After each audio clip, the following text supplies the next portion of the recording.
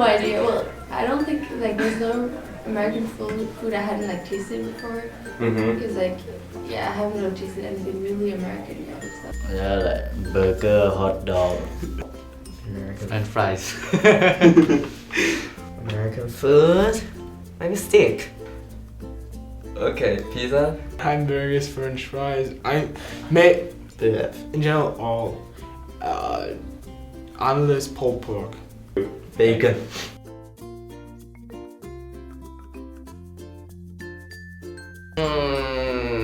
Before I came here, like I think like American, like maybe like the mostly people are friendly. Probably the fat, loud American that just like walks around and asks for directions. Good, friendly, kind. That all Americans are very friendly and try to help somebody, and even Mr. Maestrillo is a very, very kind guy. Yeah, Friendly? very friendly. Also, like when you go into like restaurant or something, the waiters are always like very nice and open. And then Right. back home, they would just be like, hey. They in Brazil they are now trying to copy a bunch of things that Americans use, like the food trucks or even say in English words to some kind of thing, you know, Yeah, trying to copy them. that's usually And- what trying to.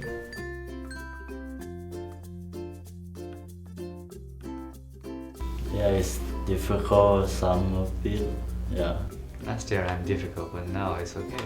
Well, sometimes, like in math, there's some vocabularies that might be different, and so that might be kind of difficult. No, English homework is not difficult, but history homework is really, really difficult. Yeah, it's pretty difficult.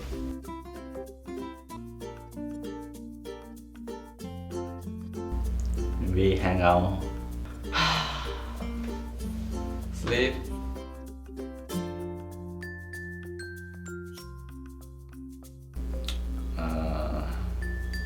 The biggest difference I thought is the air pollution and the non-air pollution. Because in China, in Beijing, the sky was gray and and in here the sky was blue. Food. Yeah, just like the sizes of the drinks for Yeah. example. You get so small and you get like an extra large. Transportation. Why is communist, why not?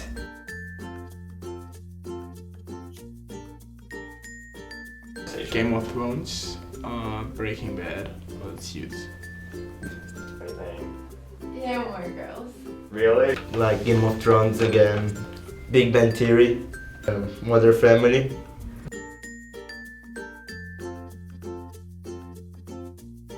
And McDonald's. McDonald's? Yeah. I heard that one. I'm guessing you guys already have McDonald's. Yeah.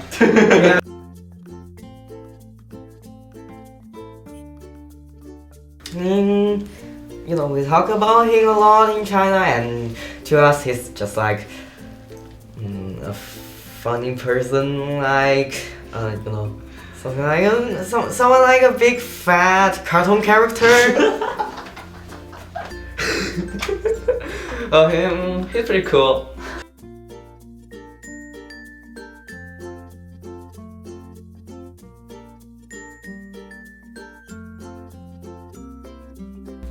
It's really difficult for me to start a totally new life. You know, it's a different language, new students, new colleagues, and a totally new environment. It's a lot of challenge for me. But I think nothing good is easy to get.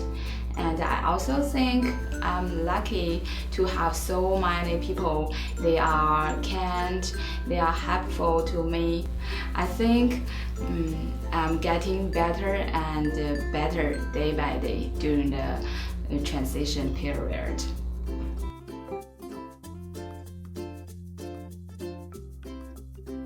The students are pretty good. They are helpful, they are brilliant. They are academic, focused, and joyful. It's very good.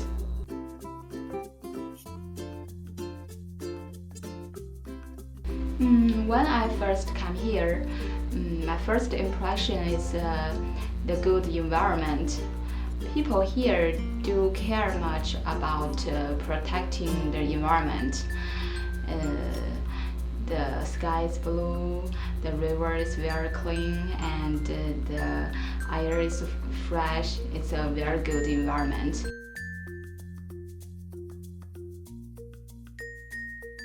My name is Mr. Henley. I'm a guidance counselor here at Groton Dunstable Regional High School. I am Mr. Mastrullo, the high school principal.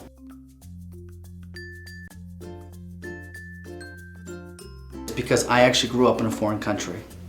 I grew up in Billerica, Massachusetts. So the real reason why we started the International Student Program is because we know that this is a great place to come to school. It's a great place to come to work.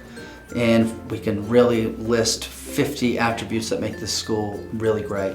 One thing it does lack is diversity, and I think we all know that through no one's fault of their own.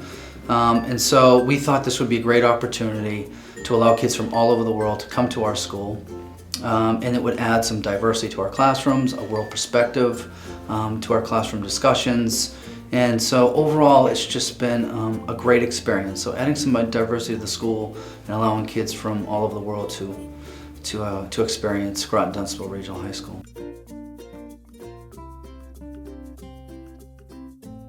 I'm just really impressed with the fact that these kids have the ability and the courage to actually travel overseas and go to school and survive and thrive when they do. When you first meet them, you would think that they're going to be so different, and they are, in the sense that they may have different traditions, they might like different kinds of food, they might be interested or used to playing different kinds of sports and have different clubs and activities. But what I have found is actually they're remarkably similar to the American students. I've been very fortunate to be able to travel to China and look at their educational system, to Finland and look at their educational system, to England and look at theirs. And what I have discovered after meeting kids from all over the globe is they are all, teenagers are the same.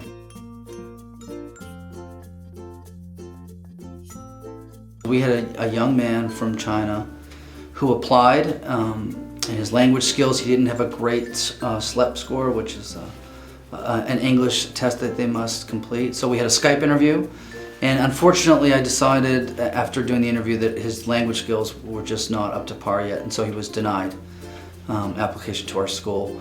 And then this fine young man who I ended up growing very affectionately and fond of, he ended up purchasing a house in Groton because he really wanted to go to school here. So that was really one cool story.